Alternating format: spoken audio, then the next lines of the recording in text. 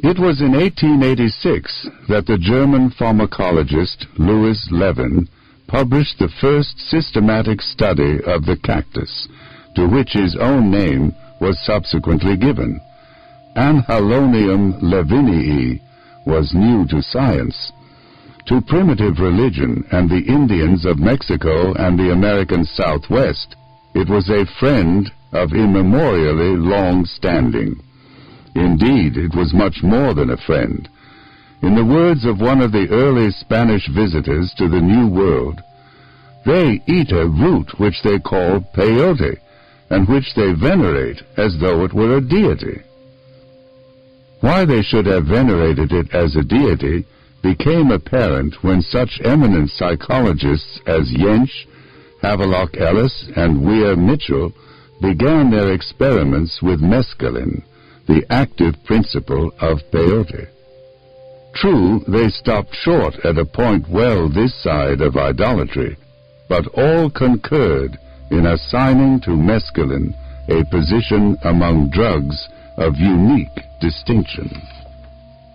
Administered in suitable doses, it changes the quality of consciousness more profoundly, and yet is less toxic than any other substance in the pharmacologist's repertory.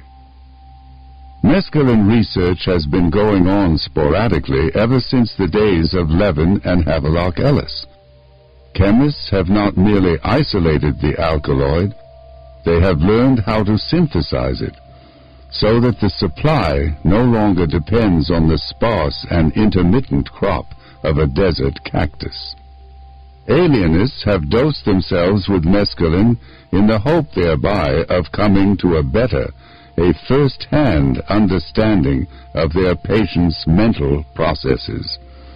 Working unfortunately upon too few subjects within too narrow a range of circumstances, psychologists have observed and catalogued some of the drug's more striking effects. Neurologists and physiologists have found out something about the mechanism of its action upon the central nervous system. And at least one professional philosopher has taken mescalin for the light it may throw on such ancient, unsolved riddles as the place of mind in nature and the relationship between brain and consciousness. There matters rested until 2 or 3 years ago a new and perhaps highly significant fact was observed. Actually, the fact had been staring everyone in the face for several decades, but nobody, as it happened, had noticed it until a young English psychiatrist, at present working in Canada, was struck by the close similarity in chemical composition between mescalin and adrenaline. Further research revealed that lysergic acid, an extremely potent hallucinogen derived from ergot, has a structural biochemical relationship to the others. Then came the discovery that adrenochrome, which is a product of the decomposition of adrenaline, can produce many of the symptoms observed in mescalin intoxication. But adrenochrome probably occurs spontaneously in the human body. In other words, each one of us may be capable of manufacturing a chemical, minute doses of which are known to cause profound changes in consciousness. Certain of these changes are similar to those which occur in that most characteristic plague of the 20th century, schizophrenia. Is the mental disorder due to a chemical disorder? And is the chemical disorder due in its turn to psychological distresses affecting the adrenals? It would be rash and premature to affirm it. The most we can say is that some kind of a prima facie case has been made out. Meanwhile, the clue is being systematically followed. The sleuths, biochemists, psychiatrists, psychologists are on the trail. By a series of, for me, extremely fortunate circumstances, I found myself in the spring of 1953 squarely athwart that trail. One of the sleuths had come on business to California. In spite of 70 years of mescalin research, the psychological material at his disposal was still absurdly inadequate, and he was anxious to add to it. I was on the spot and willing, indeed eager, to be a guinea pig. Thus it came about that one bright May morning I swallowed 4/10 of a gram of mescalin dissolved in half a glass of water and sat down to wait for the results. We live together, we act on and react to one another, but always and in all circumstances we are by ourselves. The martyrs go hand in hand into the arena. They are crucified alone. Embraced, the lovers desperately try to fuse their insulated ecstasies into a single self-transcendence. In vain. By its very nature, every embodied spirit is doomed to suffer and enjoy in solitude. Sensations, feelings, insights, fancies, all these are private, and except through symbols and at second hand, incommunicable. We can pool information about experiences, but never the experiences themselves. From family to nation, every human group is a society of island universes. Most island universes are sufficiently like one another to permit of inferential understanding, or even of mutual empathy or feeling into. Thus, remembering our own bereavements and humiliations, we can condole with others in analogous circumstances, can put ourselves, always of course in a slightly Pickwickian sense, in their places.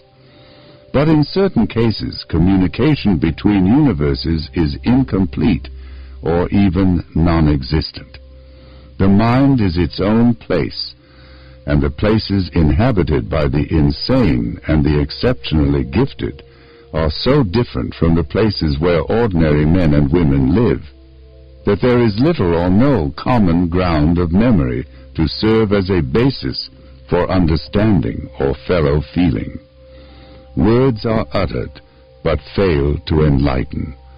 The things and events to which the symbols refer belong to mutually exclusive realms of experience. To see ourselves as others see us is a most salutary gift. Hardly less important is the capacity to see others as they see themselves. But what if these others belong to a different species and inhabit a radically alien universe? For example, how can the sane get to know what it actually feels like to be mad? Or, short of being born again as a visionary, a medium, or a musical genius, how can we ever visit the worlds which to Blake, to Swedenborg, to Johann Sebastian Bach were home?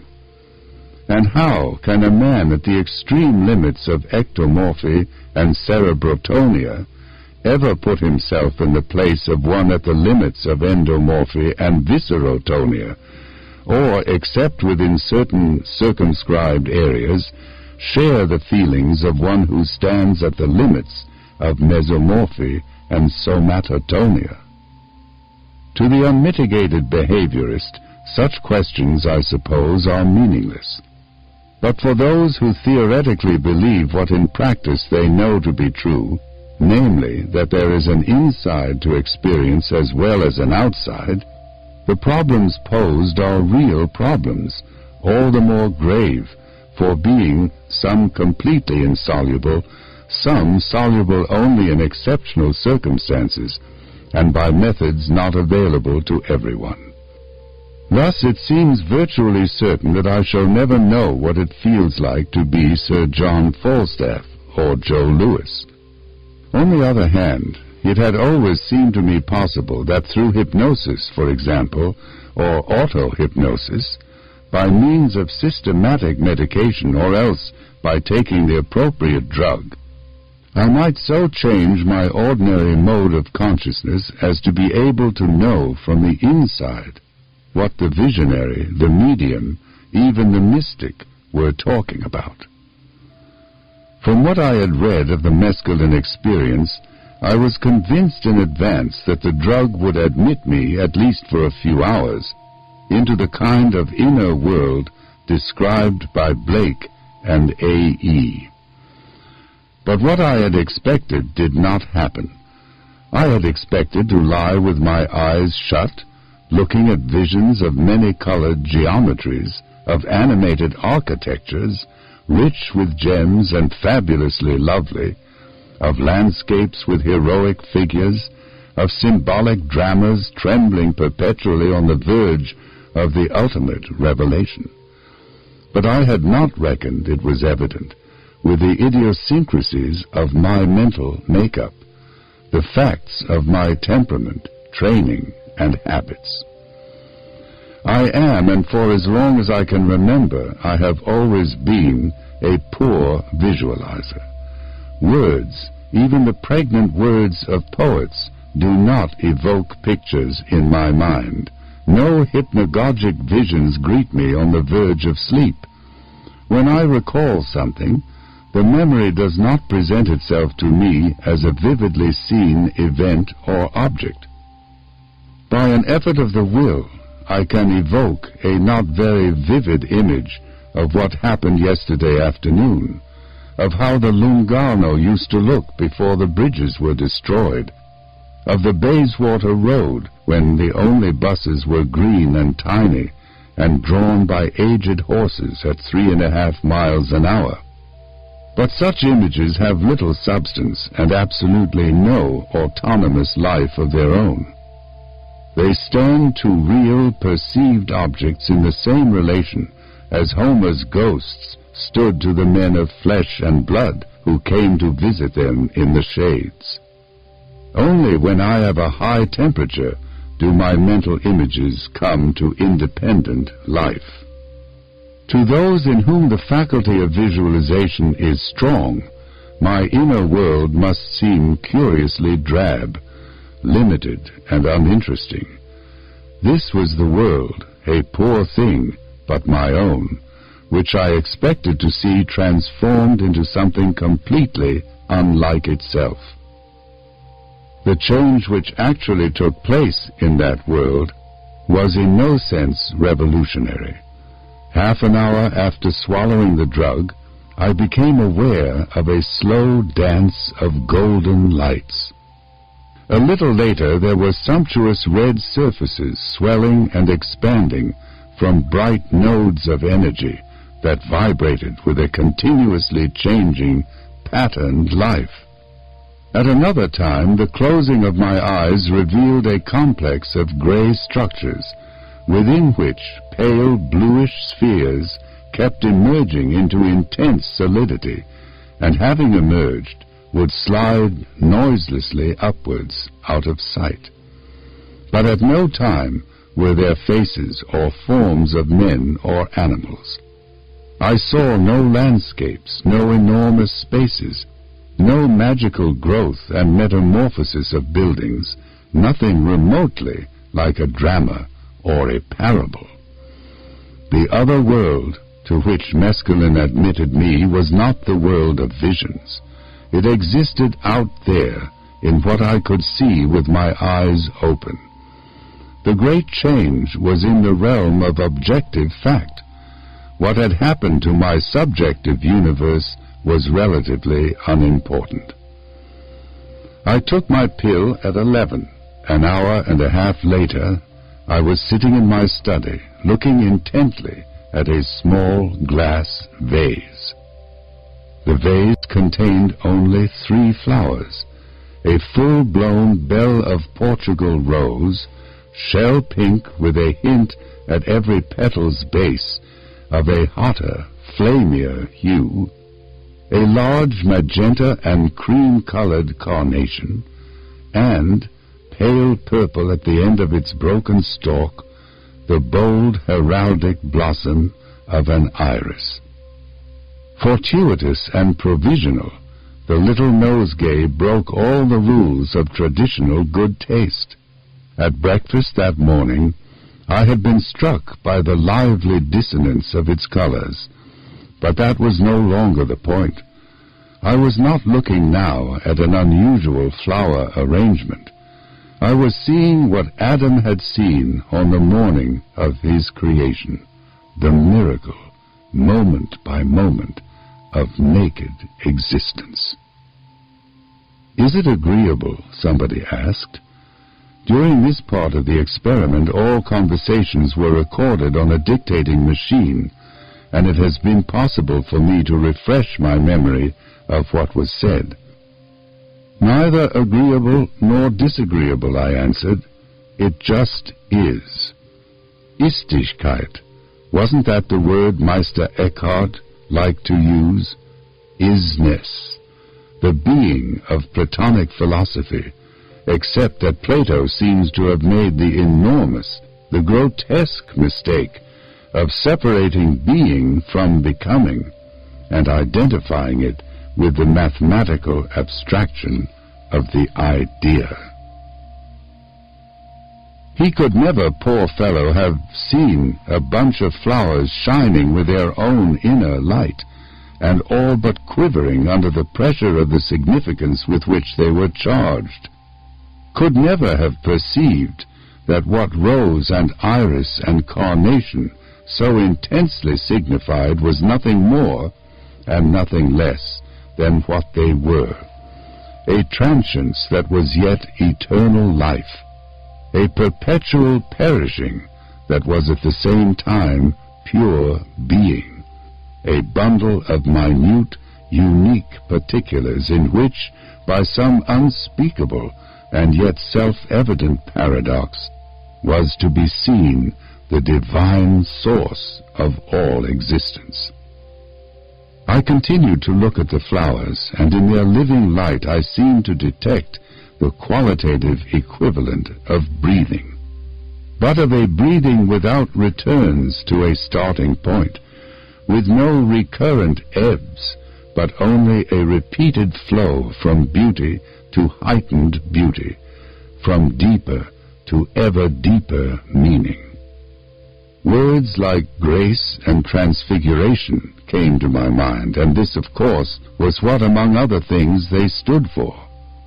My eyes traveled from the rose to the carnation, and from that feathery incandescence to the smooth scrolls of sentient amethyst which were the iris. The beatific vision, Sat Chit Ananda, being, awareness, bliss, for the first time I understood, not on the verbal level, not by inchoate hints or at a distance, but precisely and completely what those prodigious syllables referred to. And then I remembered a passage I had read in one of Suzuki's essays. What is the Dharma body of the Buddha? The Dharma body of the Buddha is another way of saying mind, suchness, the void, the Godhead. The question is asked in a Zen monastery by an earnest and bewildered novice, and with the prompt irrelevance of one of the Marx brothers, the master answers, "The hedge at the bottom of the garden." And the man who realizes this truth, the novice dubiously inquires, "What, may I ask, is he?" Groucho gives him a whack over the shoulders with his staff and answers, "A golden-haired lion." It had been, when I read it, only a vaguely pregnant piece of nonsense. Now it was all as clear as day, as evident as Euclid. Of course, the Dharma body of the Buddha was the hedge at the bottom of the garden. At the same time, and no less obviously, it was these flowers, it was anything that I, or rather the blessed not I, released for a moment from my throttling embrace, cared to look at. The books, for example, with which my study walls were lined. Like the flowers, they glowed, when I looked at them, with brighter colors, a profounder significance. Red books like rubies, emerald books, books bound in white jade, books of agate, of aquamarine, of yellow topaz, lapis lazuli books whose color was so intense, so intrinsically meaningful, that they seemed to be on the point of leaving the shelves to thrust themselves more insistently on my attention. "What about spatial relationships?" the investigator inquired as I was looking at the books. It was difficult to answer. True, the perspective looked rather odd, and the walls of the room no longer seemed to meet in right angles. But these were not the really important facts. The really important facts were that spatial relationships had ceased to matter very much, and that my mind was perceiving the world in terms of other than spatial categories. At ordinary times, the eye concerns itself with such problems as where, how far, how situated in relation to what. In the mescalin experience, the implied questions to which the eye responds are of another order. Place and distance cease to be of much interest. The mind does its perceiving in terms of intensity of existence, profundity of significance, relationships within a pattern. I saw the books, but was not at all concerned with their positions in space. What I noticed, what impressed itself upon my mind, was the fact that all of them glowed with living light, and that in some the glory was more manifest than in others. In this context, position and the three dimensions were beside the point. Not, of course, that the category of space had been abolished. When I got up and walked about, I could do so quite normally, without misjudging the whereabouts of objects. Space was still there, but it had lost its predominance. The mind was primarily concerned not with measures and locations, but with being and meaning. And along with indifference to space, there went an even more complete indifference to time. "There seems to be plenty of it," was all I would answer when the investigator asked me to say what I felt about time. Plenty of it, but exactly how much was entirely irrelevant. I could, of course, have looked at my watch, but my watch, I knew, was in another universe. My actual experience had been, was still, of an indefinite duration, or alternatively of a perpetual present, made up of one continually changing apocalypse. From the books, the investigator directed my attention to the furniture. A small typing table stood in the center of the room. Beyond it, from my point of view, was a wicker chair, and beyond that, a desk. The three pieces formed an intricate pattern of horizontals, uprights, and diagonals, a pattern all the more interesting for not being interpreted in terms of spatial relationships. Table, chair, and desk came together in a composition that was like something by Braque or Juan Gris, a still life recognizably related to the objective world, but rendered without depth, without any attempt at photographic realism. I was looking at my furniture not as the utilitarian who has to sit on chairs to write at desks and tables, and not as the cameraman or scientific recorder, but as the pure aesthete whose concern is only with forms and their relationships within the field of vision or the picture space. But as I looked, this purely aesthetic cubist's eye view gave place to what I can only describe as the sacramental vision of reality. I was back where I had been when I was looking at the flowers, back in a world where everything shone with the inner light and was infinite in its significance. The legs, for example, of that chair how miraculous their tubularity, how supernatural their polished smoothness. I spent several minutes, or was it several centuries, not merely gazing at those bamboo legs, but actually being them, or rather being myself in them, or to be still more accurate, for I was not involved in the case, nor in a certain sense were they, being my not-self in the not-self which was the chair. Reflecting on my experience, I find myself agreeing with the eminent Cambridge philosopher Dr. C.D. Broad, that we should do well to consider much more seriously than we have hitherto been inclined to do the type of theory which Bergson put forward in connection with memory and sense perception. The suggestion is that the function of the brain and nervous system and sense organs is in the main eliminative and not productive. Each person is at each moment capable of remembering all that has ever happened to him and of perceiving everything that is happening everywhere in the universe. The function of the brain and nervous system is to protect us from being overwhelmed and confused by this mass of largely useless and irrelevant knowledge, by shutting out most of what we should otherwise perceive or remember at any moment, and leaving only that very small and special selection which is likely to be practically useful. According to such a theory, each one of us is potentially mind at large. But insofar as we are animals, our business is at all costs to survive. To make biological survival possible, mind at large has to be funneled through the reducing valve of the brain and nervous system.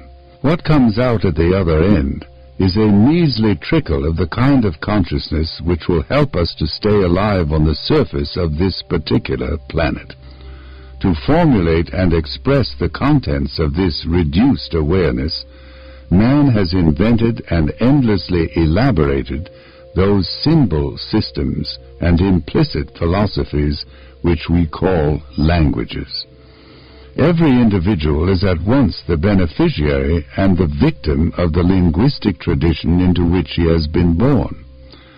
The beneficiary, inasmuch as language gives access to the accumulated records of other people's experience; the victim, insofar as it confirms him in the belief that reduced awareness is the only awareness, and as it bedevils his sense of reality, so that he is all too apt to take his concepts for data, his words for actual things. That which in the language of religion is called this world is the universe of reduced awareness, expressed and as it were petrified by language. The various other worlds with which human beings erratically make contact are so many elements in the totality of the awareness belonging to mind at large. Most people, most of the time, know only what comes through the reducing valve and is consecrated as genuinely real by the local language. Certain persons, however, seem to be born with a kind of bypass that circumvents the reducing valve. In others, temporary bypasses may be acquired either spontaneously or as the result of deliberate spiritual exercises, or through hypnosis, or by means of drugs. Through these permanent or temporary bypasses there flows not indeed the perception of everything that is happening everywhere in the universe, for the bypass does not abolish the reducing valve, which still excludes the total content of mind at large, but something more than and above all something different from the carefully selected utilitarian material which our narrowed individual minds regard as a complete or at least sufficient picture of reality. The brain is provided with a number of enzyme systems which serve to coordinate its workings. Some of these enzymes regulate the supply of glucose to the brain cells. Mescalin inhibits the production of these enzymes and thus lowers the amount of glucose available to an organ that is in constant need of sugar. When mescalin reduces the brain's normal ration of sugar, what happens? Too few cases have been observed, and therefore a comprehensive answer cannot yet be given. But what happens to the majority of the few who have taken mescalin under supervision can be summarized as follows. 1. The ability to remember and to think straight is little, if at all, reduced. Listening to the recordings of my conversation under the influence of the drug, I cannot discover that I was then any stupider than I am at ordinary times. 2. Visual impressions are greatly intensified, and the eye recovers some of the perceptual innocence of childhood, when the sensum was not immediately and automatically subordinated to the concept. Interest in space is diminished, and interest in time falls almost to zero. 3. Though the intellect remains unimpaired, and though perception is enormously improved, the will suffers a profound change for the worse. The mescalin taker sees no reason for doing anything in particular, and finds most of the causes for which at ordinary times he was prepared to act and suffer profoundly uninteresting. He can't be bothered with them, for the good reason that he has better things to think about. 4. These better things may be experienced, as I experienced them, out there or in here, or in both worlds, the inner and the outer, simultaneously or successively. That they are better seems to be self-evident to all mescalin takers, who come to the drug with a sound liver and an untroubled mind. These effects of mescalin are the sort of effects you could expect to follow the administration of a drug having the power to impair the efficiency of the cerebral reducing valve. When the brain runs out of sugar, the undernourished ego grows weak, can't be bothered to undertake the necessary chores, and loses all interest in those spatial and temporal relationships which mean so much to an organism bent on getting on in the world. As mind at large seeps past the no longer watertight valve, all kinds of biologically useless things start to happen. In some cases there may be extrasensory perceptions. Other persons discover a world of visionary beauty. To others again is revealed the glory, the infinite value and meaningfulness of naked existence, of the given, unconceptualized event. In the final stage of egolessness, there is an obscure knowledge that all is in all, that all is actually each. This is as near, I take it, as a finite mind can ever come to perceiving everything that is happening everywhere in the universe. In this context, how significant is the enormous heightening under mescalin of the perception of color. For certain animals, it is biologically very important to be able to distinguish certain hues, but beyond the limits of their utilitarian spectrum, most creatures are completely color-blind. Bees, for example, spend most of their time deflowering the fresh virgins of the spring, but as von Frisch has shown, they can recognize only a very few colors. Man's highly developed color sense is a biological luxury, inestimably precious to him as an intellectual and spiritual being, but unnecessary to his survival as an animal. To judge by the adjectives which Homer puts into their mouths, the heroes of the Trojan War hardly excelled the bees in their capacity to distinguish colors. In this respect, at least, mankind's advance has been prodigious. Mescalin raises all colors to a higher power, and makes the percipient aware of innumerable fine shades of difference, to which, at ordinary times, he is completely blind. It would seem that for mind at large, the so-called secondary characters of things are primary. Unlike Locke, it evidently feels that colors are more important, better worth attending to, than masses, positions, and dimensions. Like mescalin takers, many mystics perceive supernaturally brilliant colors, not only with the inward eye, but even in the objective world around them. Similar reports are made by psychics and sensitives. There are certain mediums to whom the mescalin taker's brief revelation is a matter during long periods of daily and hourly experience. From this long but indispensable excursion into the realms of theory, we may now return to the miraculous facts. 4 bamboo chair legs in the middle of a room.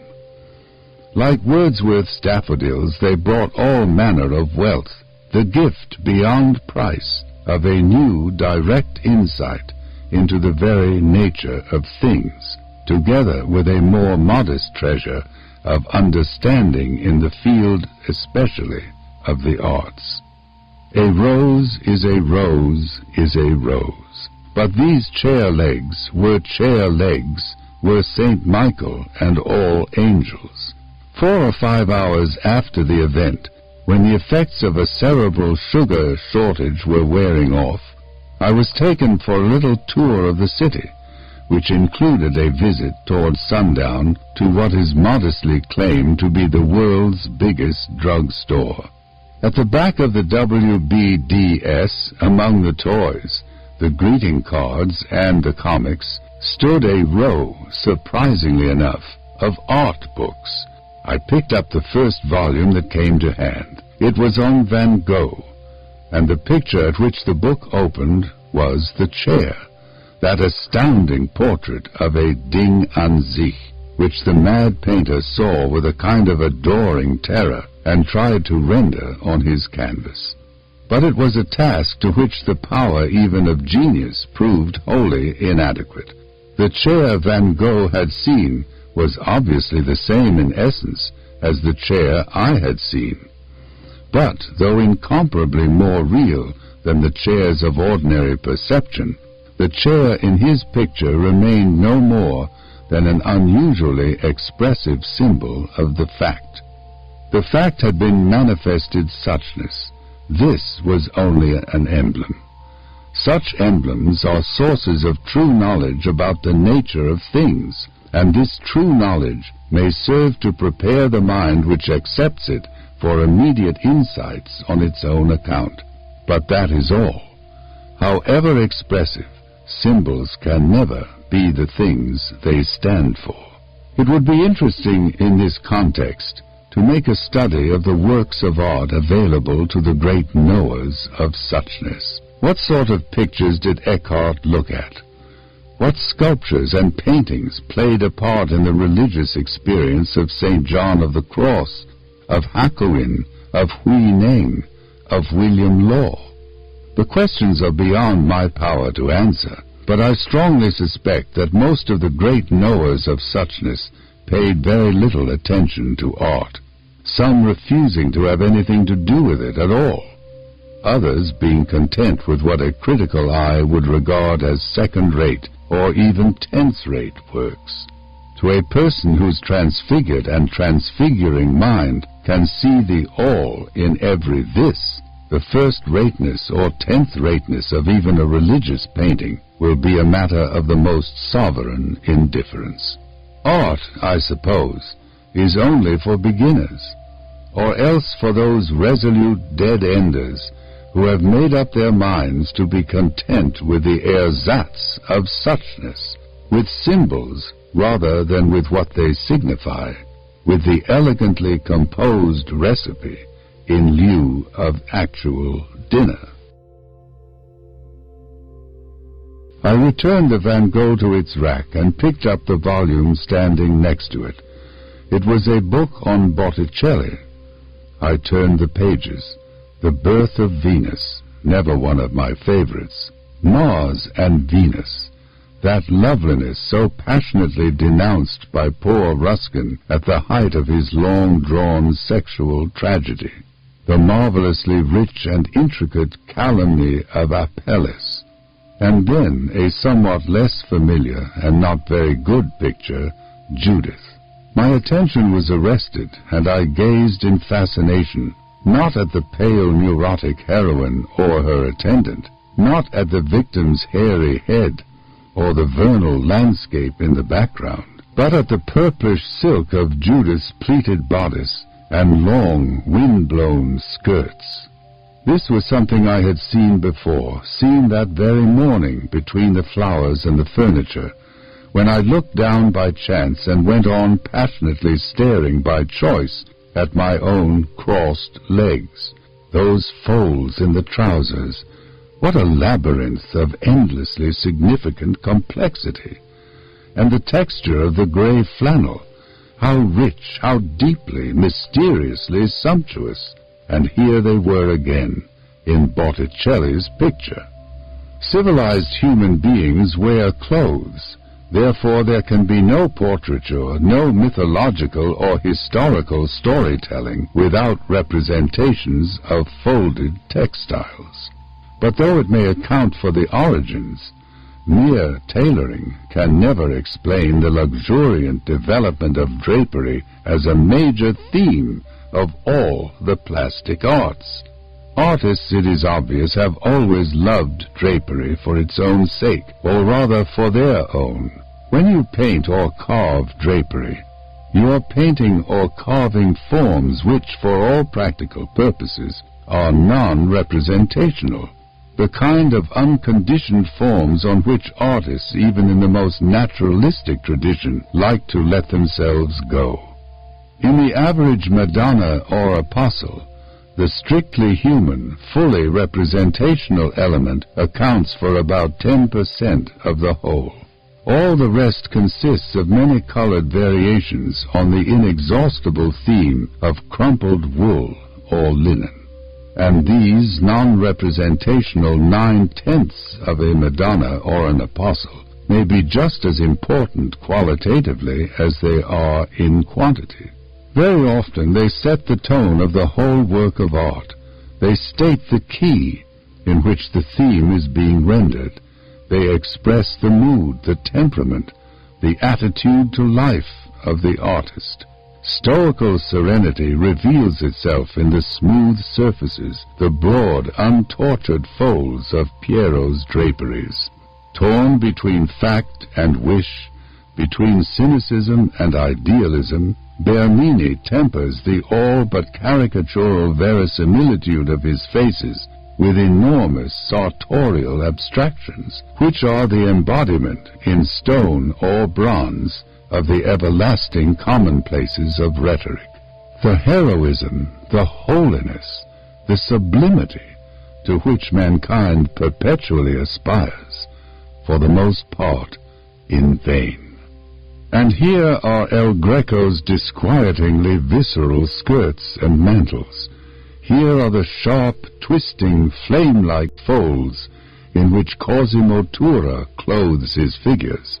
In the first, traditional spirituality breaks down into a nameless physiological yearning. In the second, there writhes an agonized sense of the world's essential strangeness and hostility. Or consider Watteau. His men and women play lutes, get ready for balls and harlequinades, embark on velvet lawns and under noble trees for the cithara of every lover's dream. Their enormous melancholy and the flayed, excruciating sensibility of their creator find expression not in the actions recorded, not in the gestures and the faces portrayed, but in the relief and texture of their taffeta skirts, their satin capes and doublets. Not an inch of smooth surface here, not a moment of peace or confidence, only a silken wilderness of countless tiny pleats and wrinkles. with an incessant modulation, inner uncertainty rendered with the perfect assurance of a master hand, of tone into tone, of one indeterminate color into another. In life, man proposes, God disposes. In the plastic arts, the proposing is done by the subject matter. That which disposes is ultimately the artist's temperament. Proximately, at least in portraiture, history, and genre, the carved or painted drapery. Between them, these two may decree that a fete galante shall move to tears, that a crucifixion shall be serene to the point of cheerfulness, that a stigmatization shall be almost intolerably sexy, that the likeness of a prodigy of female brainlessness, I am thinking now of Ingres's incomparable Madame Watessier, shall express the austerest, the most uncompromising intellectuality. But this is not the whole story. Draperies, as I had now discovered, are much more than devices for the introduction of non-representational forms into naturalistic paintings and sculptures. What the rest of us see only under the influence of mescalin, the artist is congenitally equipped to see all the time. His perception is not limited to what is biologically or socially useful. A little of the knowledge belonging to mind at large oozes past the reducing valve of brain and ego into his consciousness. It is a knowledge of the intrinsic significance of every existent. For the artist as for the mescalin taker, draperies are living hieroglyphs that stand in some peculiarly expressive way for the unfathomable mystery of pure being. More even than the chair, though less perhaps than those wholly supernatural flowers, the folds of my grey flannel trousers were charged with isness. To what they owed this privileged status I cannot say. Is it perhaps because the forms of folded drapery are so strange and dramatic that they catch the eye and in this way force the miraculous fact of sheer existence upon the attention? Who knows? What is important is less the reason for the experience than the experience itself. Poring over Judith's skirts there in the world's biggest drugstore, I knew that Botticelli, and not Botticelli alone, but many others too, had looked at draperies with the same transfigured and transfiguring eyes as had been mine that morning.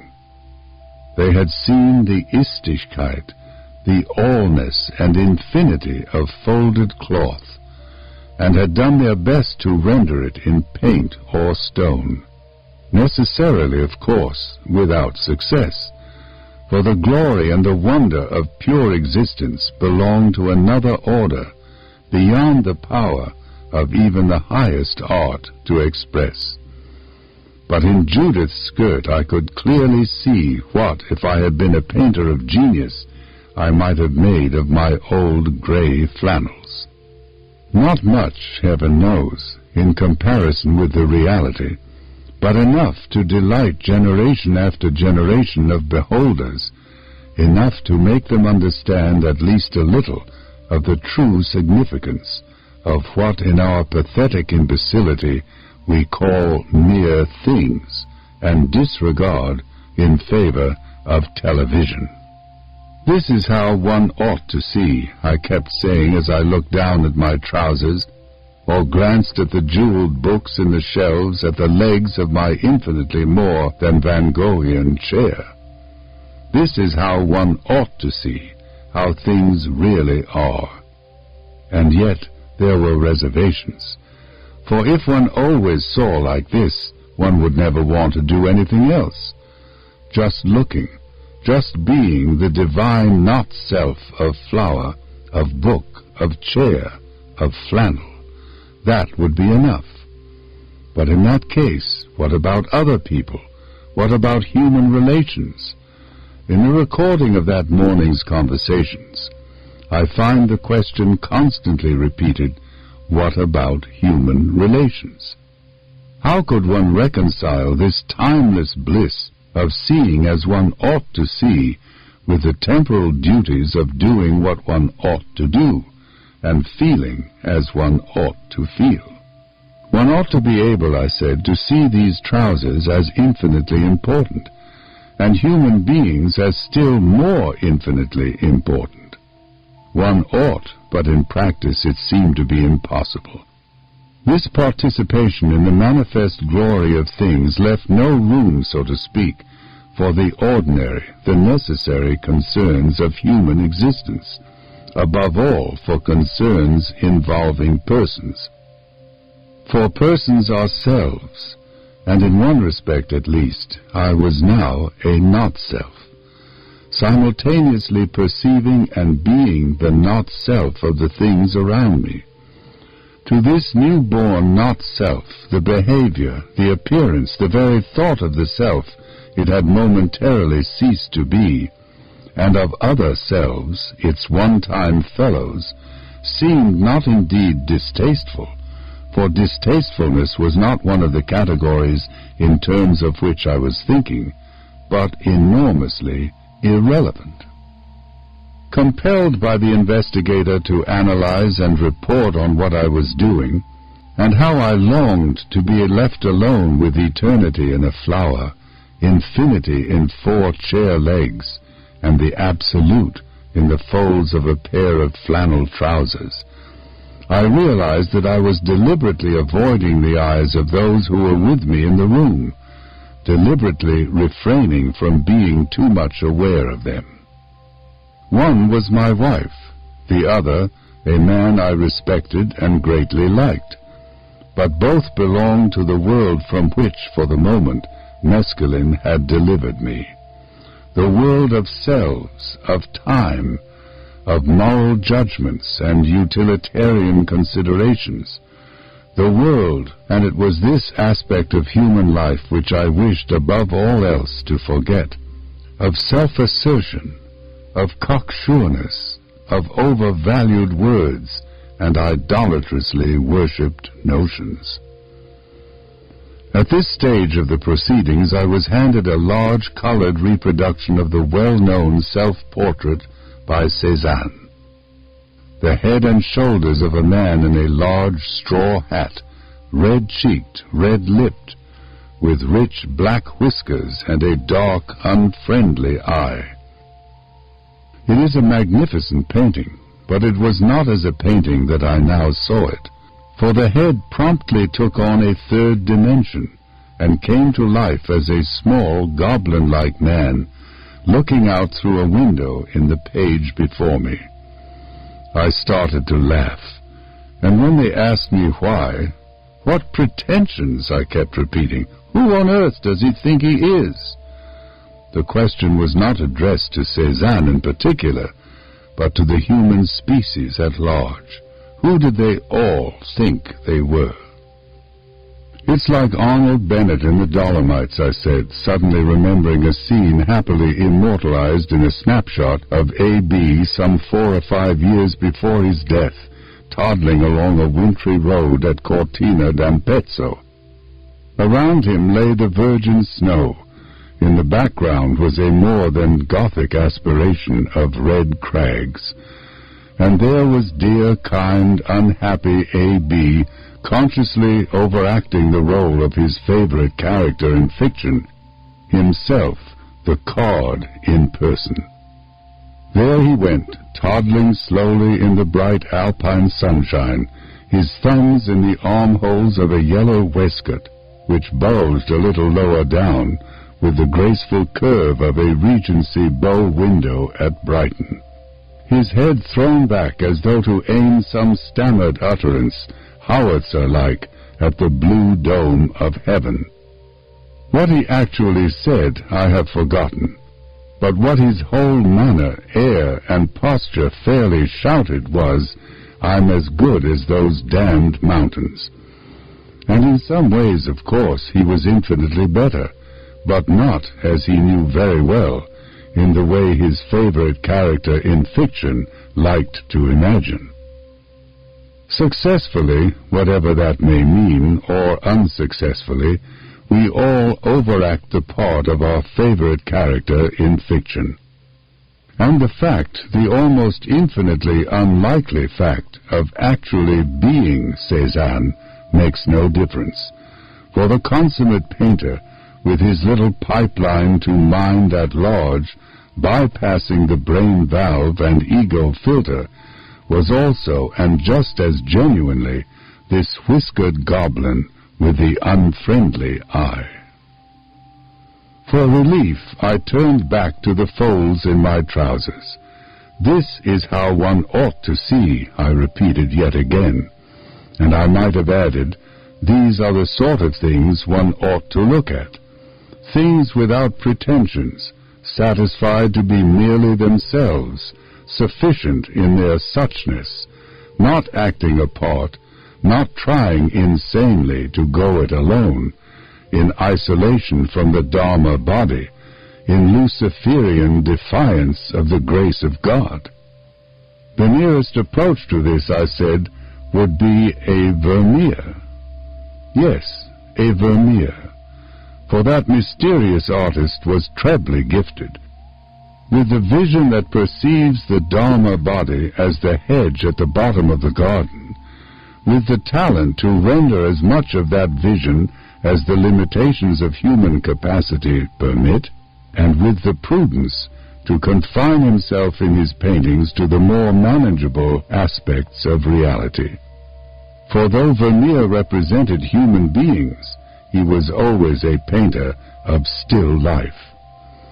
Cézanne, who told his female sitters to do their best to look like apples, tried to paint portraits in the same spirit. But his Pippin-like women are more nearly related to Plato's ideas than to the Dharma body in the hedge. They are eternity and infinity, seen not in sand or flower, but in the abstractions of some very superior brand of geometry. Vermeer never asked his girls to look like apples. On the contrary, he insisted on their being girls to the very limit, but always with the proviso that they refrain from behaving girlishly. They might sit or quietly stand, but never giggle, never display self-consciousness, never say their prayers or pine for absent sweethearts, never gossip, never gaze enviously at other women's babies, never flirt, never love, or hate, or work. In the act of doing any of these things, they would doubtless become more intensely themselves, but would cease for that very reason to manifest their divine, essential, not-self. In Blake's phrase, the doors of Vermeer's perception were only partially cleansed. A single panel had become almost perfectly transparent. The rest of the door was still muddy. The essential not-self could be perceived very clearly in things and in living creatures on the hither side of good and evil. In human beings it was visible only when they were in repose, their minds untroubled, their bodies motionless. In these circumstances, Vermeer could see suchness in all its heavenly beauty, could see and in some small measure render it in a subtle and sumptuous still life. Vermeer is undoubtedly the greatest painter of human still lives. But there have been others, for example, Vermeer's French contemporaries, the Lenain brothers. They set out, I suppose, to be genre painters, but what they actually produced was a series of human still lives, in which their cleansed perception of the infinite significance of all things is rendered not as with Vermeer by subtle enrichment of color and texture, but by a heightened clarity, an obsessive distinctness of form within an austere, almost monochromatic tonality.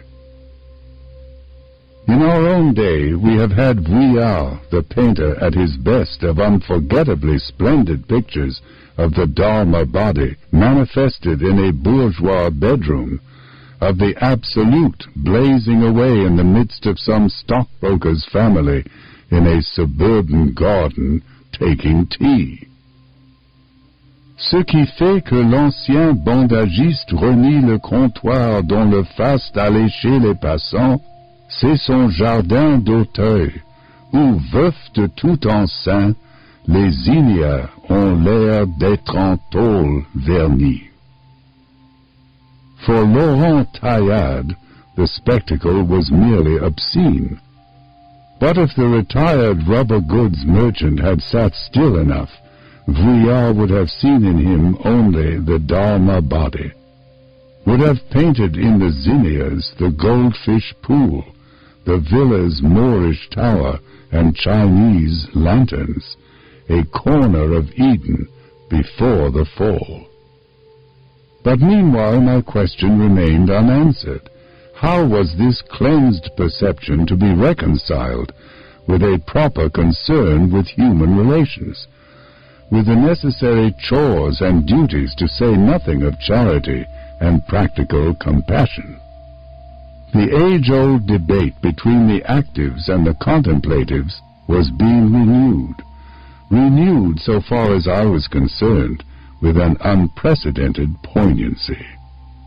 For until this morning I had known contemplation only in its humbler, its more ordinary forms, as discursive thinking, as a rapt absorption in poetry or painting or music, as a patient waiting upon those inspirations without which even the prosiest writer cannot hope to accomplish anything, as occasional glimpses in nature of Wordsworth's something far more deeply interfused, as systematic silence leading sometimes to hints of an obscure knowledge. But now I knew contemplation at its height, but not yet in its fullness, for in its fullness the way of Mary includes the way of Martha, and raises it, so to speak, to its own higher power. Mescalin opens up the way of Mary, but shuts the door on that of Martha. It gives access to contemplation, but to a contemplation that is incompatible with action, and even with the will to action, the very thought of action. In the intervals between his revelations, the mescalin taker is apt to feel that though in one way everything is supremely as it should be, in another there is something wrong. His problem is essentially the same as that which confronts the quietist, the arhat, and on another level the landscape painter and the painter of human still lives. Mescalin can never solve that problem. It can only pose it apocalyptically for those to whom it had never before presented itself. The full and final solution can be found only by those who are prepared to implement the right kind of Weltanschauung by means of the right kind of behavior and the right kind of constant and unstrained alertness. Over against the quietist stands the active contemplative, the saint, the man who, in Eckhart's phrase, is ready to come down from the seventh heaven in order to bring a cup of water to his sick brother.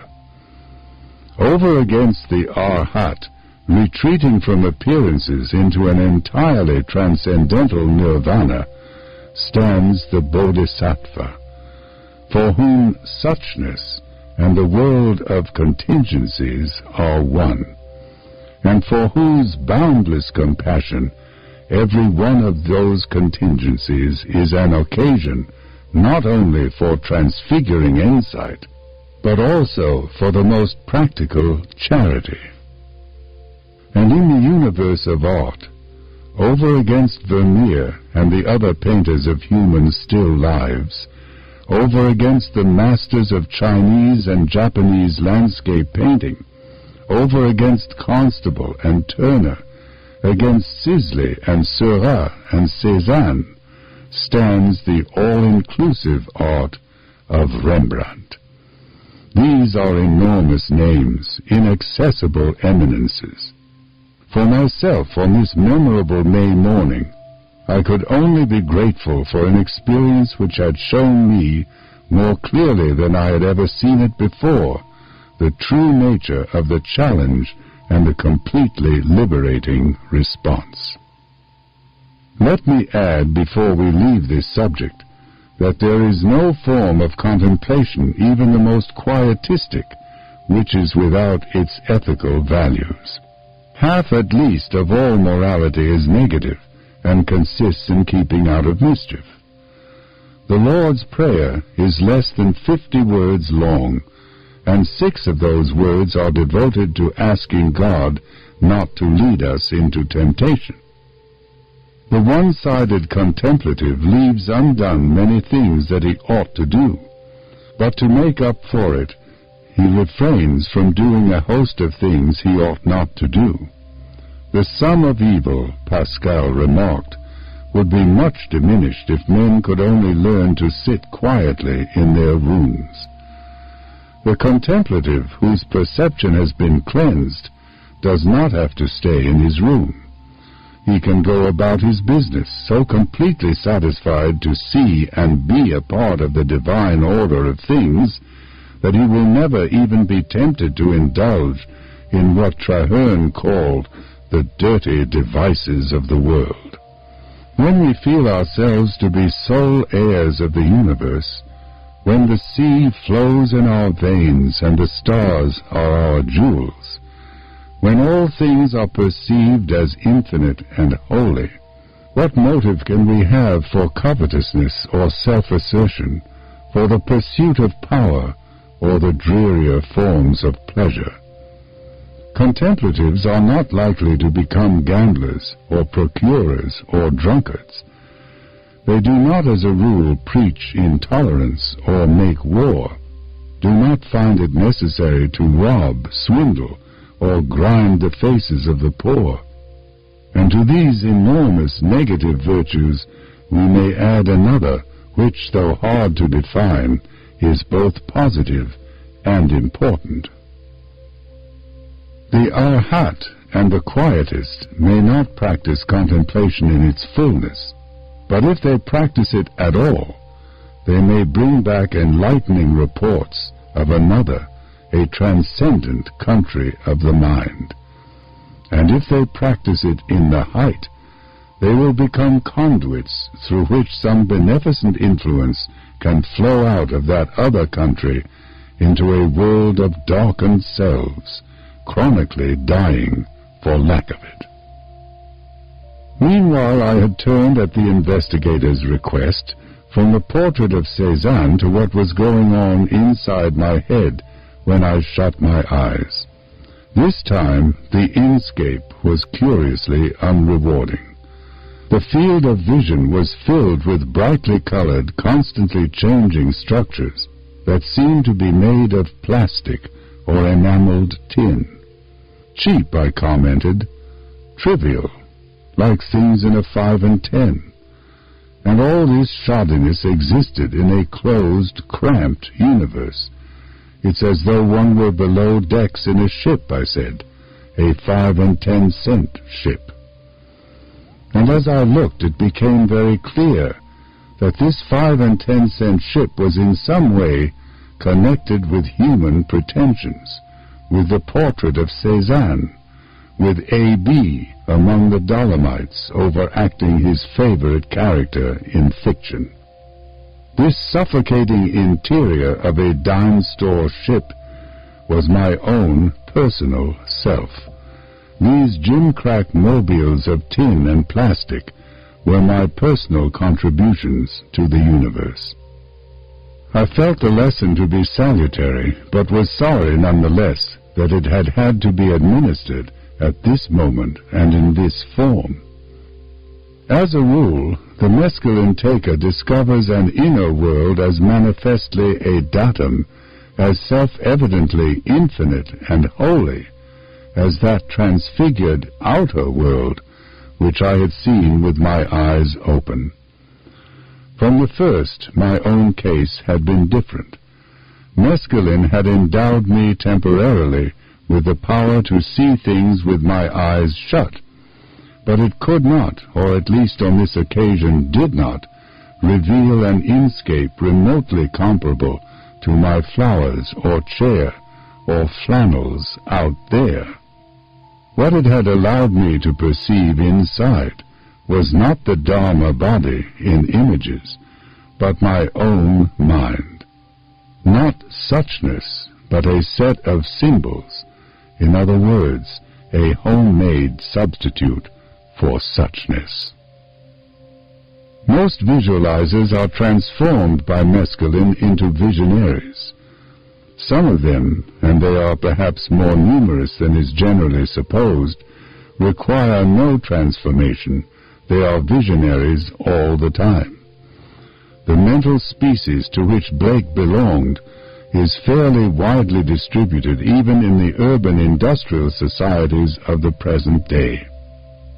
The poet-artist's uniqueness does not consist in the fact that, to quote from his descriptive catalogue, he actually saw those wonderful originals called in the sacred scriptures the cherubim.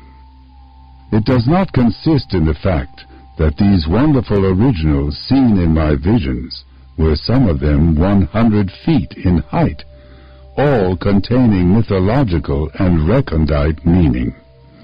It consists solely in his ability to render, in words or somewhat less successfully in line and color, some hint at least of a not excessively uncommon experience. The untalented visionary may perceive an inner reality no less tremendous, beautiful, and significant than the world beheld by Blake, but he lacks altogether the ability to express in literary or plastic symbols what he has seen. From the records of religion and the surviving monuments of poetry and the plastic arts, it is very plain that at most times and in most places men have attached more importance to the inscape than to objective existence, have felt that what they saw with their eyes shut possessed a spiritually higher significance than what they saw with their eyes open. The reason? Familiarity breeds contempt, and how to survive is a problem ranging in urgency from the chronically tedious to the excruciating. The outer world is what we wake up to every morning of our lives, is the place where willy-nilly we must try to make our living. In the inner world there is neither work nor monotony. We visit it only in dreams and musings, and its strangeness is such that we never find the same world on two successive occasions. What wonder, then, if human beings in their search for the divine have generally preferred to look within? Generally, but not always. In their art, no less than in their religion, the Taoists and the Zen Buddhists look beyond visions to the void, and through the void at the 10,000 things of objective reality. Because of their doctrine of the Word made flesh, Christians should have been able from the first to adopt a similar attitude towards the universe around them. But because of the doctrine of the fall, they found it very hard to do so. As recently as 300 years ago, an expression of thoroughgoing world denial and even world condemnation was both orthodox and comprehensible. Quote, "We should feel wonder at nothing at all in nature except only the incarnation of Christ." Close quote. In the 17th century, L'Allemagne phrase seemed to make sense. Today it has the ring of madness. In China, the rise of landscape painting to the rank of a major art form took place about 1,000, in Japan about 600, and in Europe about 300 years ago. The equation of Dharma body with hedge was made by those Zen masters who wedded Taoist naturalism with Buddhist transcendentalism.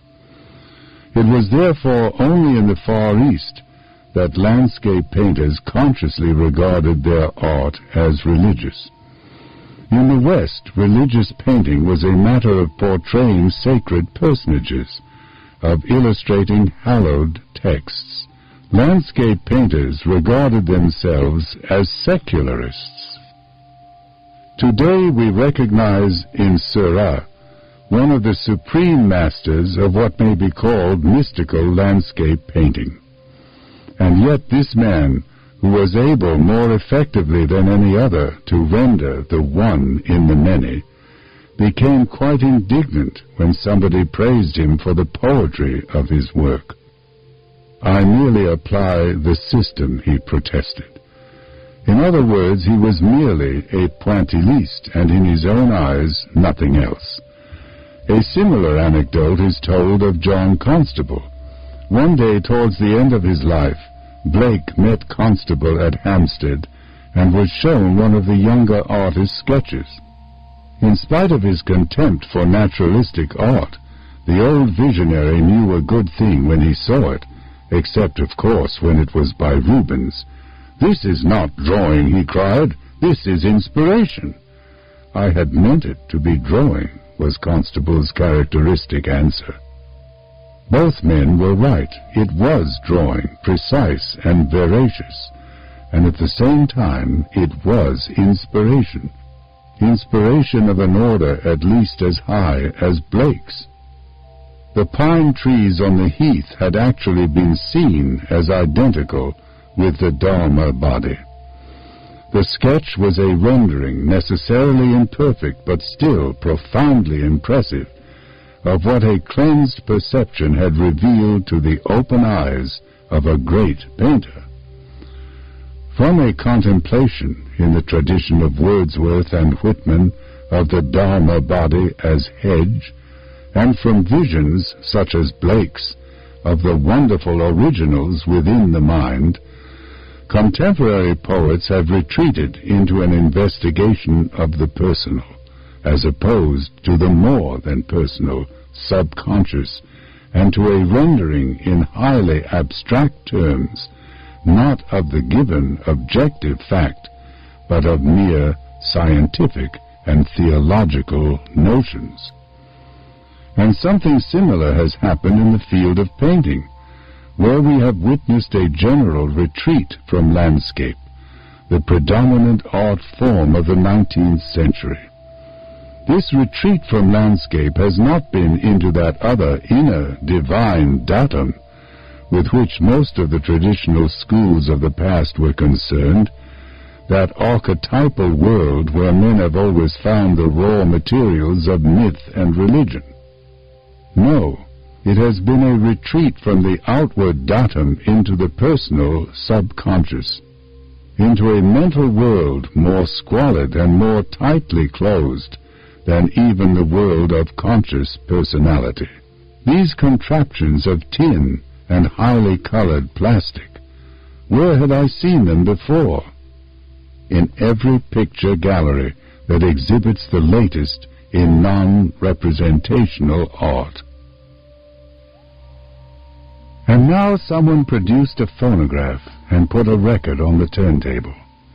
I listened with pleasure, but experienced nothing comparable to my seen apocalypses of flowers or flannel. Would a naturally gifted musician hear the revelations which for me had been exclusively visual? It would be interesting to make the experiment. Meanwhile, though not transfigured, though retaining its normal quality and intensity, the music contributed not a little to my understanding of what had happened to me and of the wider problems which those happenings had raised. Instrumental music, oddly enough, left me rather cold. Mozart's C minor piano concerto was interrupted after the first movement, and a recording of some madrigals by Gesualdo took its place. These voices, I said appreciatively, these voices, they're a kind of bridge back to the human world. And a bridge they remained even while singing the most startlingly chromatic of the Mad Prince's compositions. Through the uneven phrases of the madrigals, the music pursued its course, never sticking to the same key for 2 bars together. In Gesualdo, that fantastic character out of a Webster melodrama, psychological disintegration had exaggerated, had pushed to the extreme limit a tendency inherent in modal as opposed to fully tonal music. The resulting works sounded as though they might have been written by the later Schoenberg. And yet I felt myself constrained to say, as I listened to these strange products of a counter-Reformation psychosis working upon a late medieval art form, and yet it does not matter that he's all in bits. The whole is disorganized, but each individual fragment is in order, is a representative of a higher order. The highest order prevails even in the disintegration. The totality is present even in the broken pieces, more clearly present, perhaps, than in a completely coherent work. At least you aren't lulled into a sense of false security by some merely human, merely fabricated order. You have to rely on your immediate perception of the ultimate order. So in a certain sense, disintegration may have its advantages. But of course it's dangerous, horribly dangerous. Suppose you couldn't get back out of the chaos. From Gesualdo's madrigals we jumped across a gulf of 3 centuries to Alban Berg and the lyric suite. This, I announced in advance, is going to be hell. But as it turned out, I was wrong. Actually, the music sounded rather funny. Dredged up from the personal subconscious, agony succeeded 12-tone agony. But what struck me was only the essential incongruity between a psychological disintegration even completer than Gesualdo's and the prodigious resources in talent and technique employed in its expression. "Isn't he sorry for himself?" I commented with a derisive lack of sympathy. And then, Katzenmusik, learned Katzenmusik. And finally, after a few more minutes of the anguish, who cares what his feelings are? Why can't he pay attention to something else? As a criticism of what is undoubtedly a very remarkable work, it was unfair and inadequate, but not, I think, irrelevant. I cite it for what it is worth, and because that is how, in a state of pure contemplation, I reacted to the lyric suite. When it was over, the investigator suggested a walk in the garden. I was willing, and though my body seemed to have dissociated itself almost completely from my mind, or, to be more accurate, though my awareness of the transfigured outer world was no longer accompanied by an awareness of my physical organism, I found myself able to get up, open the French window, and walk out with only a minimum of hesitation. It was odd, of course, to feel that I was not the same as these arms and legs out there, as this wholly objective trunk and neck and even head. It was odd, but one soon got used to it, and anyhow the body seemed perfectly well able to look after itself. In reality, of course, it always does look after itself. All that the conscious ego can do is to formulate wishes, which are then carried out by forces which it controls very little and understands not at all. When it does anything more, when it tries too hard, for example, when it worries, when it becomes apprehensive about the future, it lowers the effectiveness of those forces, and may even cause the devitalized body to fall ill. In my present state, awareness was not referred to as ego. It was, so to speak, on its own. This meant that the physiological intelligence controlling the body was also on its own. For the moment, that interfering neurotic, who in waking hours tries to run the show, was blessedly out of the way. From the French window I walked out under a kind of pergola covered in part by a climbing rose tree, in part by laths 1 inch wide with half an inch of space between them. The sun was shining, and the shadows of the laths made a zebra-like pattern on the ground, and across the seat and back of a garden chair, which was standing at this end of the pergola. That chair, shall I ever forget it? Where the shadows fell on the canvas upholstery, stripes of a deep but glowing indigo alternated with stripes of an incandescence so intensely bright that it was hard to believe that they could be made of anything but blue fire. For what seemed an immensely long time, I gazed without knowing, even without wishing to know, what it was that confronted me. At any other time I would have seen a chair barred with alternate light and shade.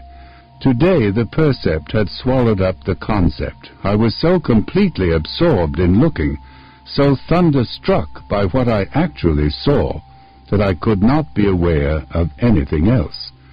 Garden furniture, laths, sunlight, shadow, these were no more than names and notions, mere verbalizations, for utilitarian or scientific purposes after the event. The event was this succession of azure furnace doors, separated by gulfs of unfathomable gentian. It was inexpressibly wonderful, wonderful to the point almost of being terrifying. And suddenly I had an inkling of what it must feel like to be mad. Schizophrenia has its heavens as well as its hells and purgatories. I remember what an old friend, dead these many years, told me about his mad wife. One day in the early stages of the disease, when she still had her lucid intervals, he had gone to talk to her about their children. She listened for a time, then cut him short. How could he bear to waste his time on a couple of absent children, when all that really mattered, here and now, was the unspeakable beauty of the patterns he made in this brown tweed jacket every time he moved his arms? Alas, this paradise of cleansed perception, of pure one-sided contemplation, was not to endure. The blissful intermissions became rarer, became briefer, until finally there were no more of them. There was only horror. Most takers of mescalin experience only the heavenly part of schizophrenia. The drug brings hell and purgatory only to those who have had a recent case of jaundice, or who suffer from periodical depressions or a chronic anxiety. If, like the other drugs of remotely comparable power, mescalin were notoriously toxic, the taking of it would be enough of itself to cause anxiety. But the reasonably healthy person knows in advance that so far as he is concerned, mescalin is completely innocuous, that its effects will pass off after 8 or 10 hours, leaving no hangover and consequently no craving for a renewal of the dose. Fortified by this knowledge, he embarks upon the experiment without fear. In other words, without any disposition to convert an unprecedentedly strange and other than human experience into something appalling, something actually diabolical. Confronted by a chair which looked like the Last Judgment, or to be more accurate, by a last judgment which, after a long time and with considerable difficulty, I recognized as a chair, I found myself all at once on the brink of panic. This, I suddenly felt, was going too far, even though the going was into intenser beauty, deeper significance. The fear, as I analyze it in retrospect, was of being overwhelmed, of disintegrating under a pressure of reality greater than a mind accustomed to living most of the time in a cozy world of symbols could possibly bear. The literature of religious experience abounds in references to the pains and terrors overwhelming those who have come too suddenly face to face with some manifestation of the mysterium tremendum. In theological language, this fear is due to the incompatibility between man's egotism and the divine purity, between man's self-aggravated separateness and the infinity of God. Following Verma and William Law, we may say that by unregenerate souls, the divine light at its full blaze can be apprehended only as a burning purgatorial fire. An almost identical doctrine is to be found in the Tibetan Book of the Dead, where the departed soul is described as shrinking in agony from the pure light of the void, and even from the lesser tempered lights, in order to rush headlong into the comforting darkness of selfhood as a reborn human being, or even as a beast, an unhappy ghost, a denizen of hell. Anything rather than the burning brightness of unmitigated reality. Anything. The schizophrenic is a soul not merely unregenerate, but desperately sick into the bargain. His sickness consists in the inability to take refuge from inner and outer reality, as the sane person habitually does, in the homemade universe of common sense, the strictly human world of useful notions, shared symbols, and socially acceptable conventions. The schizophrenic is like a man permanently under the influence of mescalin, and therefore unable to shut off the experience of a reality which he is not holy enough to live with, which he cannot explain away because it is the most stubborn of primary facts, and which, because it never permits him to look at the world with merely human eyes, scares him into interpreting its unremitting strangeness, its burning intensity of significance, as the manifestations of human or even cosmic malevolence, calling for the most desperate countermeasures, from murderous violence at one end of the scale to catatonia or psychological suicide at the other. And once embarked upon the downward, the infernal road, one would never be able to stop. That now was only too obvious. If you started in the wrong way, I said in answer to the investigator's questions, everything that happened would be a proof of the conspiracy against you. It would all be self-validating. You couldn't draw a breath without knowing it was part of the plot. So you think you know where madness lies? My answer was a convinced and heartfelt yes. And you couldn't control it? No, I couldn't control it. If one began with fear and hate as the major premise, one would have to go on to the conclusion. Would you be able, my wife asked, to fix your attention on what the Tibetan Book of the Dead calls the clear light? I was doubtful. Would it keep the evil away if you could hold it, or would you not be able to hold it? I considered the question for some time. Perhaps, I answered at last, perhaps I could, but only if there was somebody there to tell me about the clear light. One couldn't do it by oneself. That's the point, I suppose, of the Tibetan ritual. Someone sitting there all the time and telling you what's what. After listening to the record of this part of the experiment, I took down my copy of Evans Wentz's edition of the Tibetan Book of the Dead and opened at random. O nobly born, let not thy mind be distracted. That was the problem, to remain undistracted. Undistracted by the memory of past sins, by imagined pleasure, by the bitter aftertaste of old wrongs and humiliations, by all the fears and hates and cravings that ordinarily eclipse the light. What those Buddhist monks did for the dying and the dead, might not the modern psychiatrist do for the insane?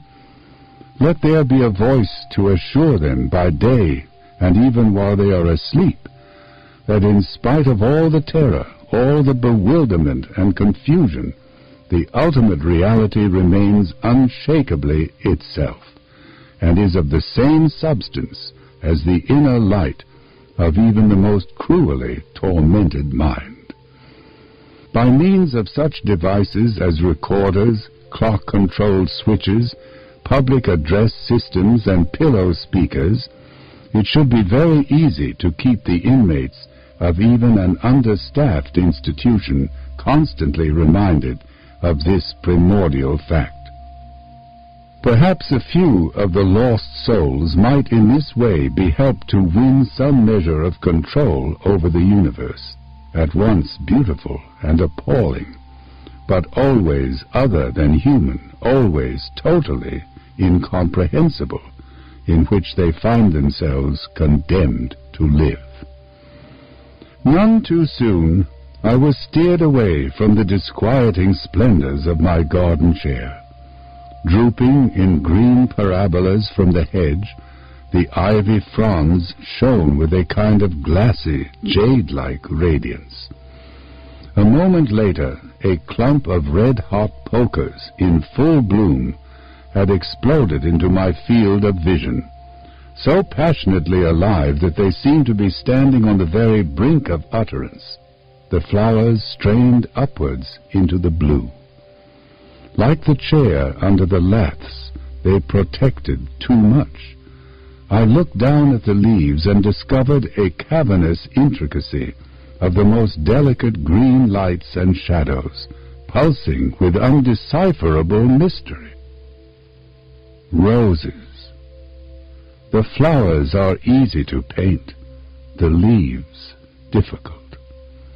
Shiki's haiku, which I quote in R.H. Blyth's translation, expresses by indirection exactly what I then felt, the excessive, the too obvious glory of the flowers as contrasted with the subtler miracle of their foliage.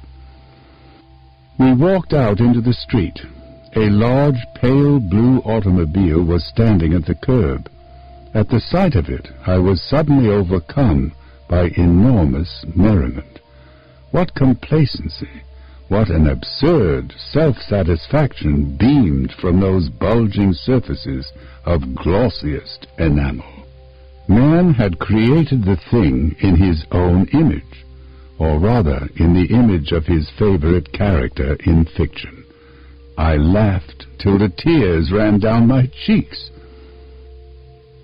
We re-entered the house. A meal had been prepared.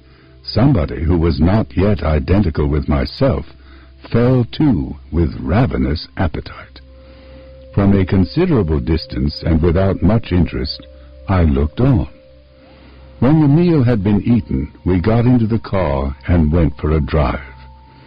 The effects of the mescalin were already on the decline, but the flowers in the gardens still trembled on the brink of being supernatural. The pepper trees and carobs along the side streets still manifestly belonged to some sacred grove. Eden alternated with Dodona, Yggdrasil with the mystic Rose. And then, abruptly, we were at an intersection waiting to cross Sunset Boulevard. Before us the cars were rolling by in a steady stream, thousands of them, all bright and shiny like an advertiser's dream, and each more ludicrous than the last.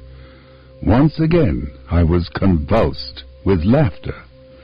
The Red Sea of traffic parted at last, and we crossed into another oasis of trees and lawns and roses. In a few minutes we had climbed to a vantage point in the hills, and there was the city spread out beneath us. Rather disappointingly, it looked very like the city I had seen on other occasions. So far as I was concerned, transfiguration was proportional to distance. The nearer, the more divinely other. This vast, dim panorama was hardly different from itself. We drove on, and so long as we remained in the hills, with view succeeding distant view, significance was at its everyday level, well below transfiguration point. The magic began to work again only when we turned down into a new suburb and were gliding between two rows of houses.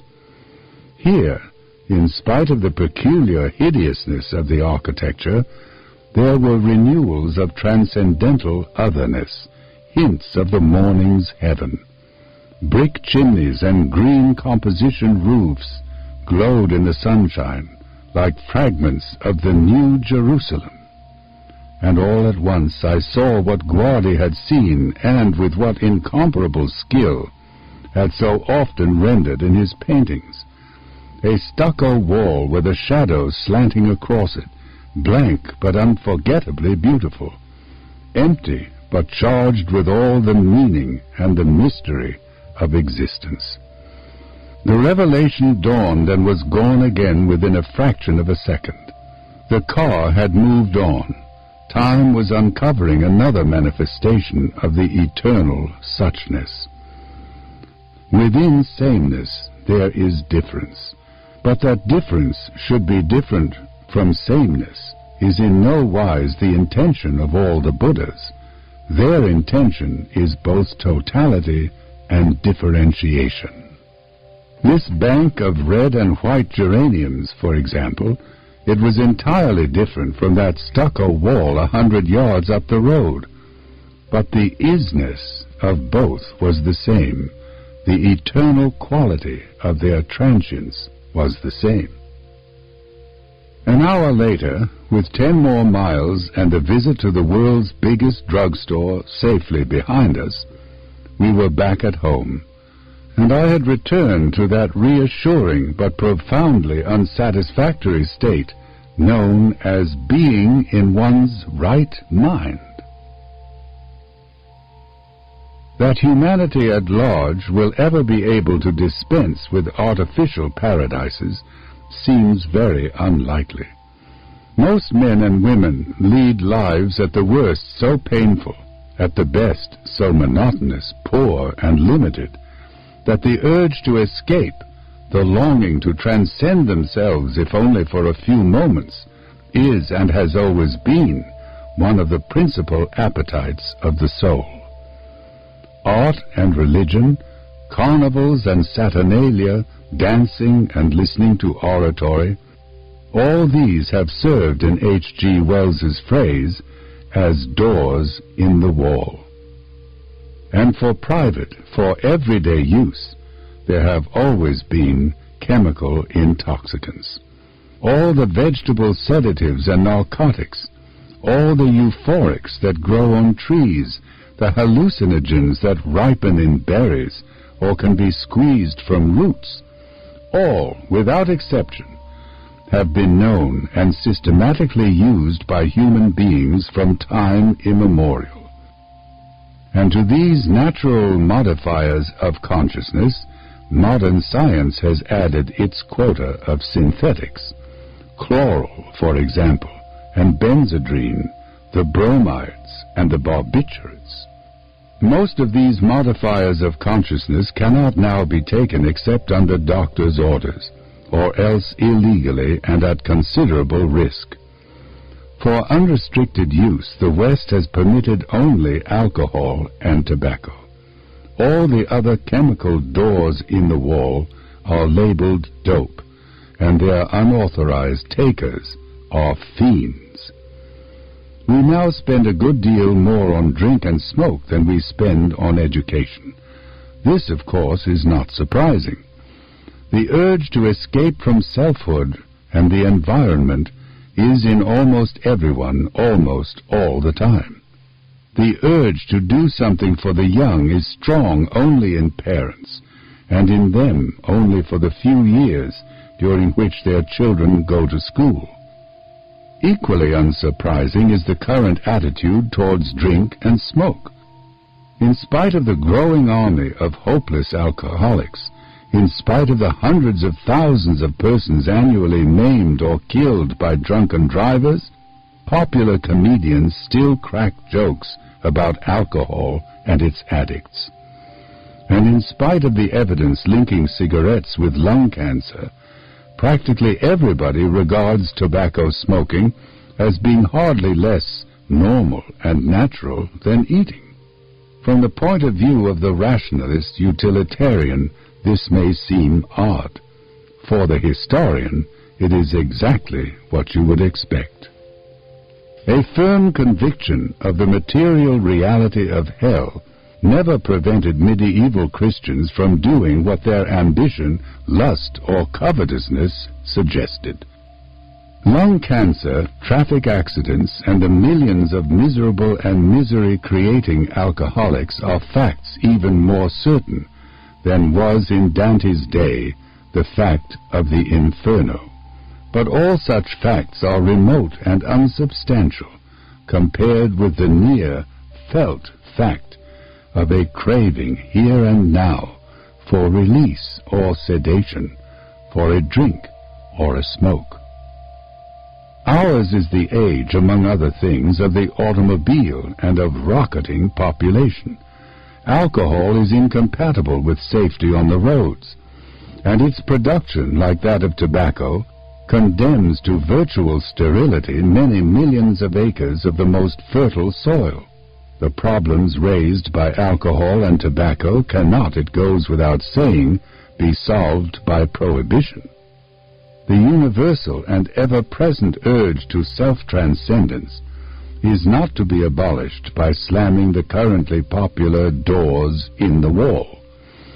The only reasonable policy is to open other, better doors in the hope of inducing men and women to exchange their old bad habits for new and less harmful ones. Some of these other, better doors will be social and technological in nature, others religious or psychological, others dietetic, educational, athletic. But the need for frequent chemical vacations from intolerable selfhood and repulsive surroundings will undoubtedly remain. What is needed is a new drug which will relieve and console our suffering species without doing more harm in the long run than it does good in the short.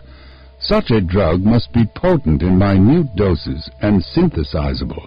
If it does not possess these qualities, its production, like that of wine, beer, spirits, and tobacco, will interfere with the raising of indispensable food and fibers. It must be less toxic than opium or cocaine, less likely to produce undesirable social consequences than alcohol or the barbiturates, less inimical to heart and lungs than the tars and nicotine of cigarettes. And on the positive side, it should produce changes in consciousness more interesting, more intrinsically valuable than mere sedation or dreaminess, delusions of omnipotence, or release from inhibition. To most people, mescalin is almost completely innocuous. Unlike alcohol, it does not drive the taker into the kind of uninhibited action which results in brawls, crimes of violence, and traffic accidents. A man under the influence of mescalin quietly minds his own business. Moreover, The business he minds is an experience of the most enlightening kind, which does not have to be paid for, and this is surely important, by a compensatory hangover. Of the long-range consequences of regular mescalin taking, we know very little. The Indians who consume peyote buttons do not seem to be physically or morally degraded by the habit. However, the available evidence is still scarce and sketchy. In his monograph, Menomone Peyotism, published December 1952 in the Transactions of the American Philosophical Society, Professor J.S. Slotkin has written that the habitual use of peyote does not seem to produce any increased tolerance or dependence. I know many people who have been peyotists for 40 to 50 years. The amount of peyote they use depends upon the solemnity of the occasion. In general, they do not take any more peyote now than they did years ago. Also, there is sometimes an interval of a month or more between rites, and they go without peyote during this period without feeling any craving for it. Personally, even after a series of rites occurring on 4 successive weekends, I neither increased the amount of peyote consumed nor felt any continued need for it. It is evident with good reason that peyote has never been legally declared a narcotic, or its use prohibited by the federal government. However, during the long history of Indian white contact, white officials have usually tried to suppress the use of peyote because it has been conceived to violate their own mores. But these attempts have always failed. In a footnote, Dr. Slotkin adds that it is amazing to hear the fantastic stories about the effects of peyote and the nature of the ritual, which are told by the white and Catholic Indian officials in the Menominee Reservation.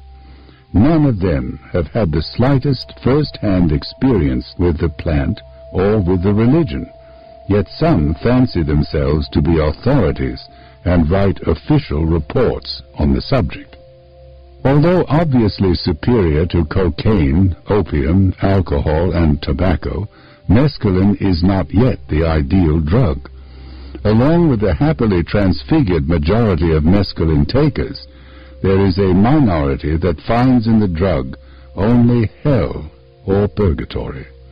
Moreover, for a drug that is to be used like alcohol for general consumption, its effects last for an inconveniently long time. But chemistry and physiology are capable nowadays of practically anything. If the psychologists and sociologists will define the ideal, the neurologists and pharmacologists can be relied upon to discover the means whereby that ideal can be realized. Or at least, for perhaps this kind of ideal can never in the very nature of things be fully realized, more nearly approached than in the wine-bibbing past, the whiskey-drinking, marijuana-smoking, and barbiturate-swallowing present. The urge to transcend self-conscious selfhood is, as I have said, a principal appetite of the soul. When, for whatever reason, men and women fail to transcend themselves by means of worship, good works, and spiritual exercises, they are apt to resort to religion's chemical surrogates, alcohol and goof pills in the modern West, alcohol and opium in the East, hashish in the Mohammedan world, alcohol and marijuana in Central America, alcohol and coca in the Andes, alcohol and the barbiturates in the more up-to-date regions of South America. In Poison Sacré, Ivresse Divine, Philippe de Félis has written at length and with a wealth of documentation on the immemorial connection between religion and the taking of drugs. Here, in summary or in direct quotation, are his conclusions. The employment for religious purposes of toxic substances is, quote, extraordinarily widespread. The practices studied in this volume can be observed in every region of the earth, among primitives no less than among those who have reached a high pitch of civilization. We are therefore dealing not with exceptional facts which might justifiably be overlooked, but with a general and in the widest sense of the word, a human phenomenon. The kind of phenomenon which cannot be disregarded by anyone who is trying to discover what religion is and what are the deep needs which it must satisfy." End of quote. Ideally, everyone should be able to find self-transcendence in some form of pure or applied religion. In practice, it seems very unlikely that this hoped-for consummation will ever be realized. There are, and doubtless there always will be, good churchmen and good churchwomen, for whom, unfortunately, piety is not enough. The late G.K. Chesterton, who wrote at least as lyrically of drink as of devotion, may serve as their eloquent spokesman. The modern churches, with some exceptions among the Protestant denominations, tolerate alcohol, but even the most tolerant have made no attempt to convert the drug to Christianity or to sacramentalize its use. The pious drinker is forced to take his religion in one compartment, his religion surrogate in another. And perhaps this is inevitable. Drinking cannot be sacramentalized except in religions which set no store on decorum. The worship of Dionysus, or the Celtic god of beer, was a loud and disorderly affair. The rites of Christianity are incompatible with even religious drunkenness. This does no harm to the distillers, but is very bad for Christianity. Countless persons desire self-transcendence and would be glad to find it in church. But alas, the hungry sheep look up and are not fed. They take part in rites, they listen to sermons, they repeat prayers, but their thirst remains unassuaged. Disappointed, they turn to the bottle. For a time at least, and in a kind of way, it works. Church may still be attended, but it is no more than the musical bank of Butler's Erewhon. God may still be acknowledged, but he is God only on the verbal level, only in a strictly Pickwickian sense. The effective object of worship is the bottle, and the sole religious experience is that state of uninhibited and belligerent euphoria which follows the ingestion of the third cocktail. We see then that Christianity and alcohol do not and cannot mix. Christianity and mescalin seem to be much more compatible.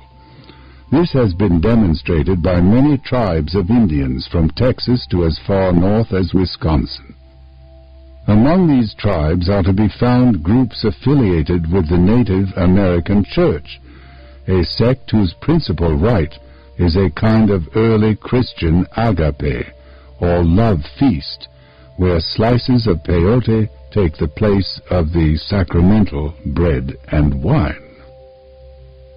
These Native Americans regard the cactus as God's special gift to the Indians and equate its effects with the workings of the divine spirit.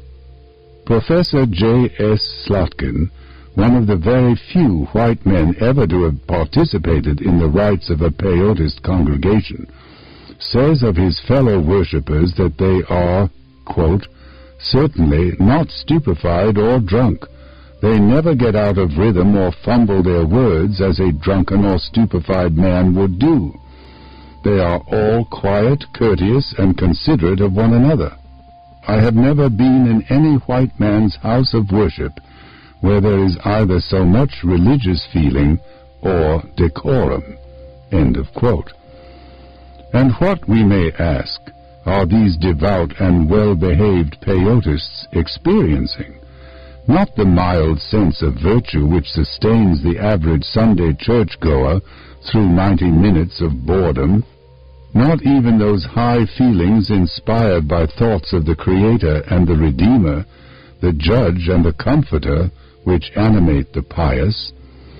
For these Native Americans, religious experience is something more direct and illuminating, more spontaneous, less the homemade product of the superficial, self-conscious mind.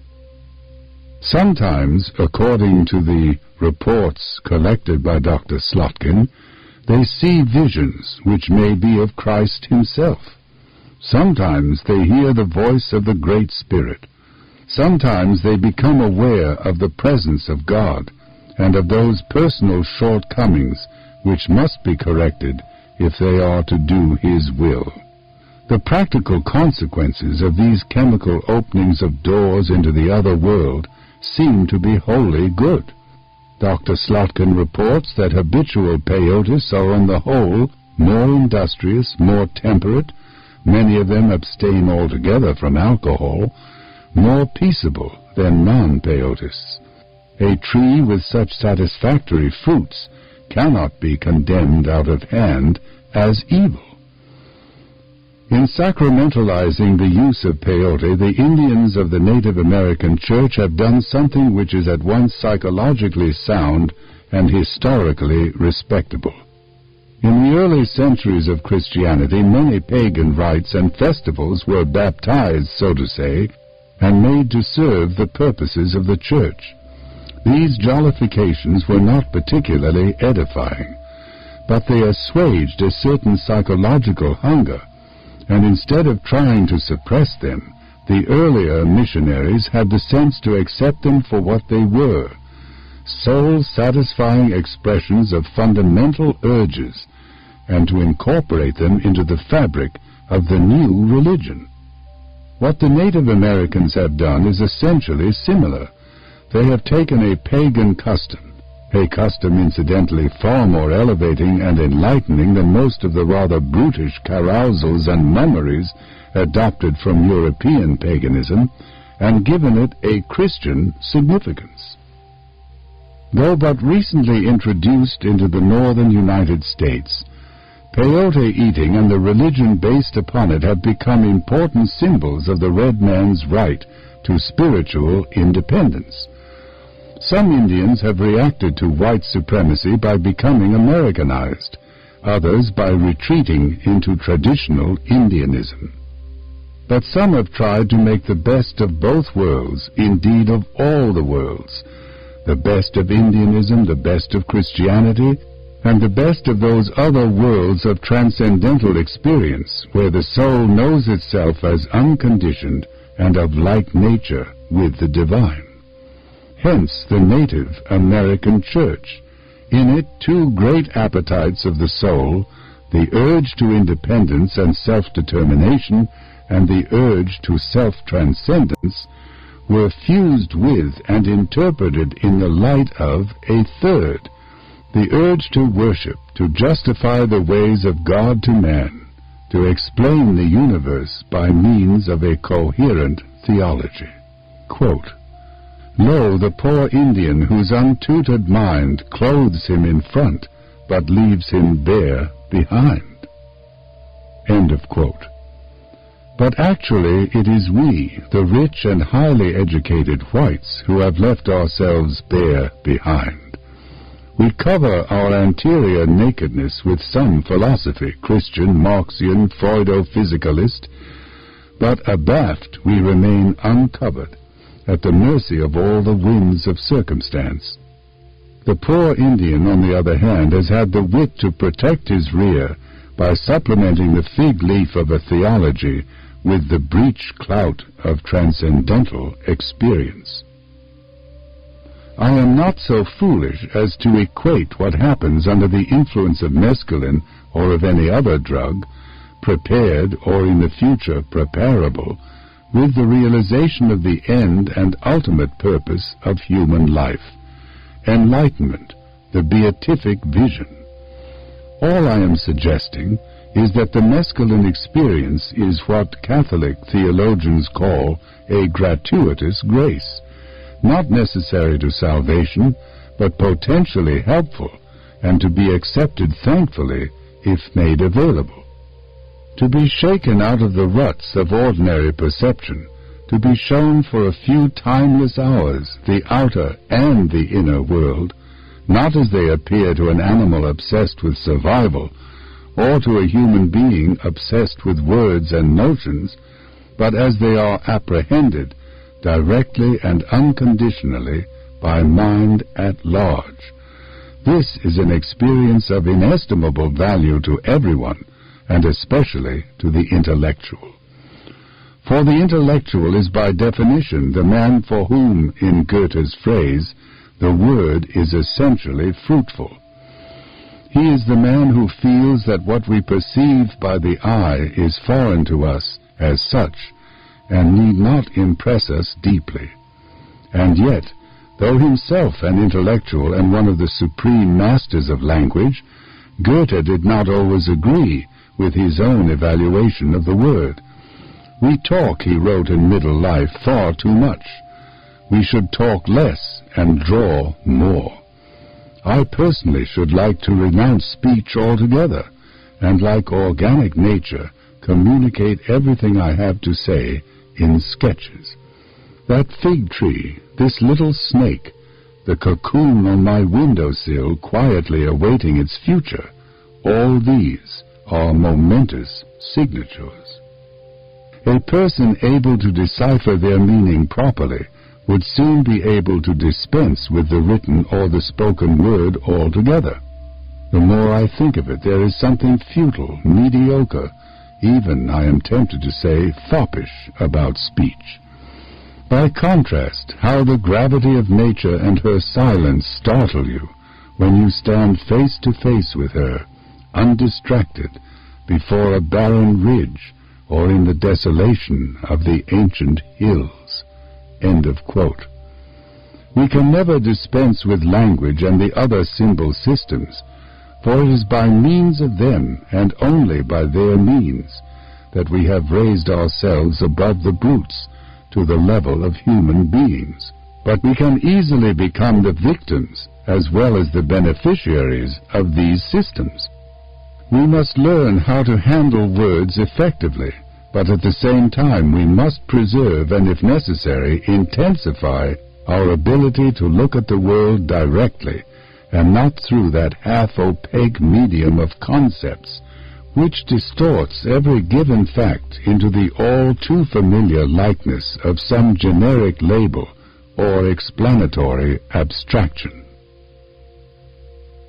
Literary or scientific, liberal or specialist, all our education is predominantly verbal, and therefore fails to accomplish what it is supposed to do.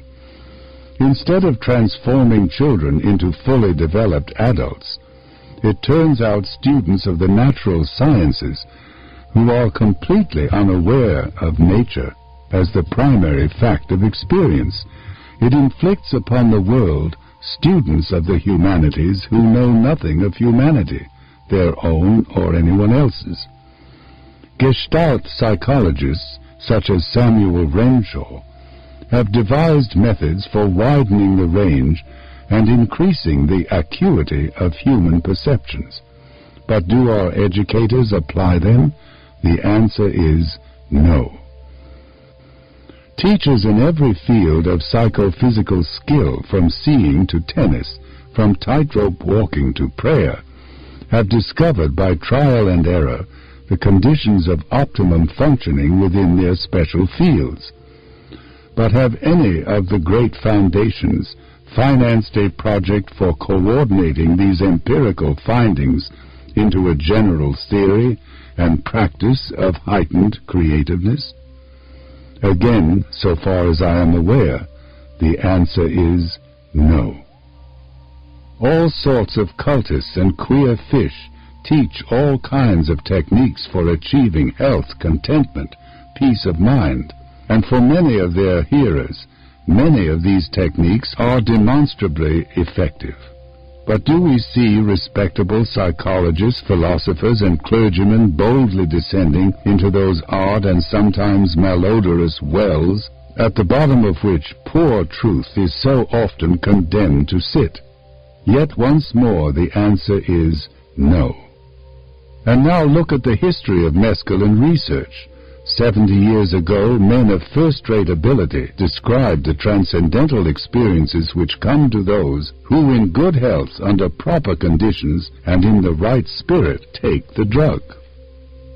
How many philosophers, how many theologians, how many professional educators have had the curiosity to open this door in the wall? The answer for all practical purposes is none. In a world where education is predominantly verbal, highly educated people find it all but impossible to pay serious attention to anything but words and notions. There is always money for, there are always doctorates in, the learned foolery of research into what for scholars is the all-important problem. Who influenced whom to say what, when? Even in this age of technology, the verbal humanities are honored. The non-verbal humanities, the arts of being directly aware of the given facts of our existence, are almost completely ignored. A catalogue, a bibliography, a definitive edition of a third-rate versifier's ipsissima verba, a stupendous index to end all indexes, any genuinely Alexandrian project is sure of approval and financial support. But when it comes to finding out how you and I, our children and grandchildren, may become more perceptive, more intensely aware of inward and outward reality, more open to the spirit, less apt by psychological malpractices to make ourselves physically ill, and more capable of controlling our own autonomic nervous system, when it comes to any form of non-verbal education more fundamental and more likely to be of some practical use than Swedish drill, no really respectable persons in any really respectable university or church will do anything about it. Verbalists are suspicious of the non-verbal. Rationalists fear the given non-rational fact. Intellectuals feel that what we perceive by the eye or in any other way is foreign to us as such and need not impress us deeply. Besides, this matter of education in the non-verbal humanities will not fit into any of the established pigeonholes. It is not religion, not neurology, not gymnastics, not morality or civics, not even experimental psychology. This being so, the subject is for academic and ecclesiastical purposes non-existent, and may safely be ignored altogether, or left with a patronizing smile to those whom the Pharisees of verbal orthodoxy call cranks, quacks, charlatans, and unqualified amateurs. I have always found, Blake wrote rather bitterly, that angels have the vanity to speak of themselves as the only wise. This they do with a confident insolence sprouting from systematic reasoning. Systematic reasoning is something we could not, as a species or as individuals, possibly do without. But neither, if we are to remain sane, can we possibly do without direct perception. The more unsystematic the better of the inner and outer worlds into which we have been born. This given reality is an infinite which passes all understanding, and yet admits of being directly and in some sort totally apprehended. It is a transcendence belonging to another order than the human, and yet it may be present to us as a felt immanence, an experienced participation. To be enlightened is to be aware always of total reality in its immanent otherness, to be aware of it and yet to remain in a condition to survive as an animal, to think and feel as a human being, to resort whenever expedient to systematic reasoning. Our goal is to discover that we have always been where we ought to be.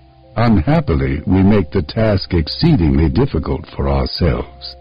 Meanwhile, however, there are gratuitous graces in the form of partial and fleeting realizations. Under a more realistic, a less exclusively verbal system of education than ours, every angel, in Blake's sense of that word, would be permitted as a sabbatical treat, would be urged and even, if necessary, compelled to take an occasional trip through some chemical door in the wall into the world of transcendental experience. If it terrified him, it would be unfortunate, but probably salutary. If it brought him a brief but timeless illumination, so much the better. In either case, the angel might lose a little of the confident insolence sprouting from systematic reasoning and the consciousness of having read all the books. Near the end of his life, Aquinas experienced infused contemplation. Thereafter he refused to go back to work on his unfinished book. Compared with this, everything he had read and argued about and written, Aristotle and the sentences, the questions, the propositions, the majestic summas, was no better than chaff or straw. For most intellectuals, such a sit-down strike would be inadvisable, even morally wrong. But the angelic doctor had done more systematic reasoning than any 12 ordinary angels, and was already ripe for death. He had earned the right, in those last months of his mortality, to turn away from merely symbolic straw and chaff to the bread of actual and substantial fact. For angels of a lower order and with better prospects of longevity, there must be a return to the straw. But the man who comes back through the door in the wall will never be quite the same as the man who went out. He will be wiser, but less cocksure, happier, but less self-satisfied, humbler in acknowledging his ignorance, yet better equipped to understand the relationship of words to things, of systematic reasoning to the unfathomable mystery which it tries forever vainly to comprehend.